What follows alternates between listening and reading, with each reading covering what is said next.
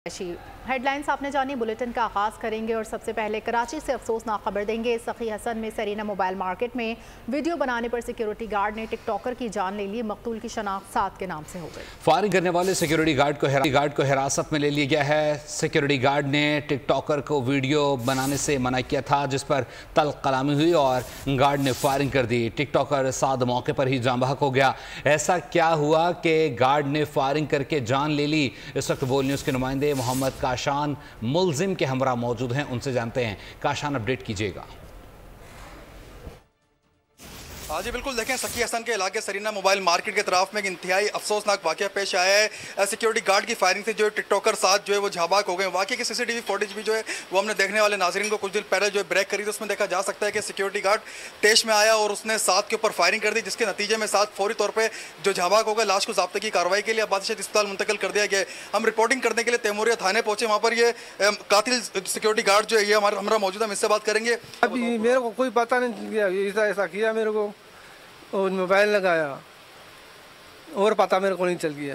कौन सा वेपन था तुम्हारा? असला कौन सा था जो इस्तेमाल करो उस पर? वो करशनकोव था। जी बिल्कुल, देखा आपने कारगिल सिक्योरिटी गार्ड मेरा हमरा मौजूद था। इनकी जानिब से बताया गया कि वो मेरी मुबैना तौर पर ये बता रहे हैं कि वो वीडियो बना रहा था, इसी दौरान ये तेश में और उन्होंने फायरिंग करी, जिसमें सिक्योरिटी गार्ड को जो गिरफ्तार कर लिया गया। इनकी सिक्योरिटी कंपनी का कोई पुलिस की जानिब से चेक किया जा रहा है आया कि वो सिक्योरिटी कौन सी कंपनी थी और कौन सा लाइसेंस था, उसको भी मनसूख करने के लिए SSB सेंट्रल की जानिब से वजारत दाखिला को खत लिखा जाएगा। जी बहुत शुक्रिया काशान, अपडेट करने के लिए। मकतूल साद की कत्ल से कुछ देर कबल की वीडियो बोल न्यूज़ ने हासिल कर ली है, जिसमें मकतूल नौजवान सरीना मोबाइल मार्केट में दुकानदार से बातचीत कर रहा है। अपने टिकटॉक वीडियोस के लिए 9 जून के पाक भारत क्रिकेट मैच से मुताल्लिक व्यूज़ ले रहा है। कराची से खेसन पर सिक्योरिटी गार्ड की फायरिंग से जाँ बहक टिकटॉकर के दोस्त भी वाकई बेहद रंजीदा हैं। कहते हैं मकतूल साद घर का वाहिद कफील था, बेरोजगार था, आमदन के लिए व्लॉगिंग शुरू करना चाहता था। नाहक नौजवान का खून बहाया गया। मकतूल के अहले खाना को इंसाफ दिलाया जाए। ब्लॉगर था बेसिकली, तो इसकी जॉब अभी लगी हुई नहीं थी। काफ़ी मतलब सर्चिंग कर रहा था, इंटरव्यूज़ भी दिए हुए थे। तो ये चाहते थे कि व्लॉग करके ही शायद आमदनी आ रही। घर का अकेला खुद कफील था, जैसे इंसाफ मांगे। अकेला बच्चा, वो अपने घर का कमाने वाला, 2 छोटे बच्चे, 1 साल का 3 साल का उसका बच्चा है। क्या करें, उसके बाप को कौन संभालेगा, उसकी माँ उसकी बेगम को कौन संभालेगा। अब आप लोगों से ये वो है दरख्वास्त है कि हम इंसाफ दिलाएं उसके हवाले से। भारत में नफरत की सियासत दम तोड़ने लगी है। लोकसभा के इंतखाबात में 400 पार का नारा लगाने वाली मोदी जी की हुकूमत बनाने की हसरत दम तोड़ने लगी है। इंतखाबात के नताइज के मुताबिक मोदी की बीजेपी को बड़े अपसेट का सामना। हुक्मरान जमात को 239 नशिस्तों पर बरतरी, जबकि कांग्रेस इत्तेहाद इंडिया 234 नशिस्तों पर आगे है। नताइज देखकर गोदी मीडिया भी सटपटाने लगा है।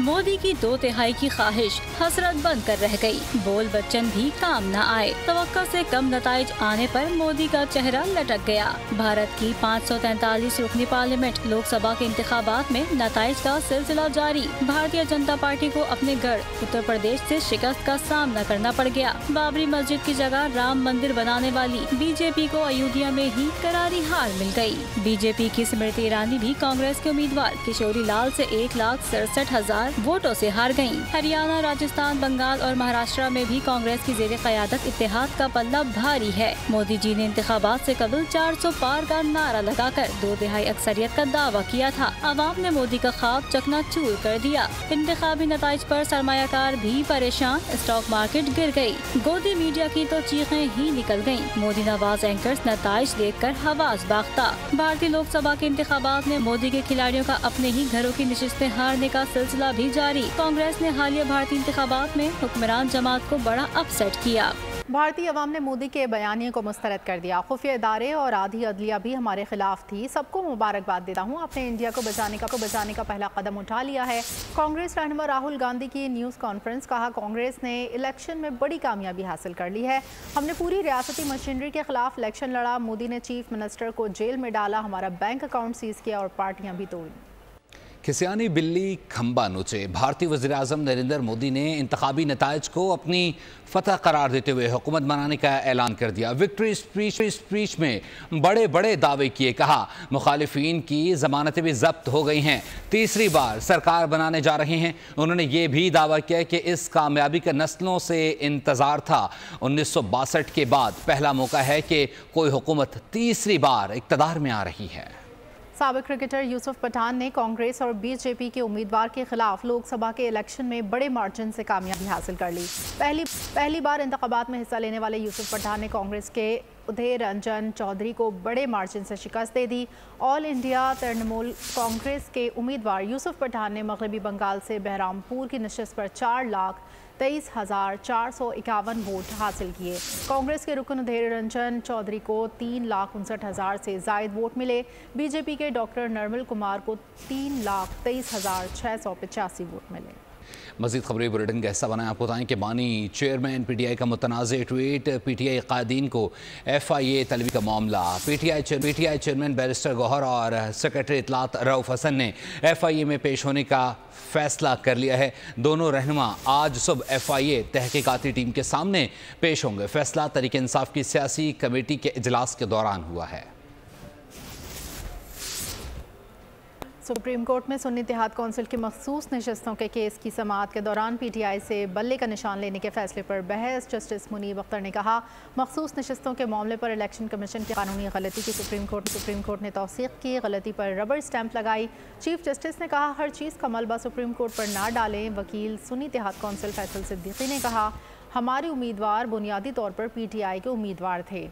इलेक्शन कमीशन ने हमें आज़ाद उम्मीदवार करार दिया। चीफ जस्टिस ने कहा, अब आप PTI को ठुकरा कर सुन्नी इत्तेहाद कौंसिल में आ चुके हैं और आज़ाद उम्मीदवार नहीं रहे। सुन्नी इत्तेहाद कौंसिल को ना मिलने वाली मखसूस नशिस्तों का मुस्तकबिल क्या होगा? सुप्रीम कोर्ट में अहम समाअत पर दूसरे रोज भी गर्मा गर्म बहस। 13 जनवरी के PTI के इंट्रा पार्टी इलेक्शन केस के फैसले पर अदालत में ज्यादा बहस हुई। समाअत के दौरान बल्ले के इंतखाबी निशान का बार बार तस्करा। जस्टिस मुनीब अख्तर ने कहा, मखसूस नशिस्तों का मामला इलेक्शन कमीशन की एक कानूनी गलती की वजह से पैदा हुआ। सुप्रीम कोर्ट ने गलती दुरुस्त करने के बजाय तौसीक की। अपने कुलीग से पेशगी माजरत के साथ कहूँगा, सुप्रीम कोर्ट ने इलेक्शन कमीशन की गलती पर रबर स्टैंप लगाई। चीफ जस्टिस ने कहा, जमहूरियत की बात करनी है तो पूरी करें। हमने तो नहीं कहा था कि पार्टी इलेक्शन ना कराए। पार्टी इलेक्शन करा लेते तो मसाइल हल हो जाते। हर चीज का मलबा सुप्रीम कोर्ट पर ना डालें। PTI ने अपने ही लोगों को जमहूरी हक से महरूम रखा। वकील सुन्नी इत्तेहाद कौंसिल फैसल सिद्दीकी ने कहा, हमारे उम्मीदवार बुनियादी तौर पर PTI के उम्मीदवार थे। इलेक्शन कमीशन ने हमें आज़ाद उम्मीदवार करार दिया। चीफ जस्टिस ने कहा, अब आप PTI को ठुकरा कर सुन्नी इत्तेहाद कौंसिल में आ चुके हैं और आज़ाद उम्मीदवार नहीं रहे। आज़ाद उम्मीदवार सुन्नी इत्तेहाद कौंसिल में ना जाते तो तहरीक इंसाफ कह सकती थी कि मखसूस नशिस्तें हमें दो।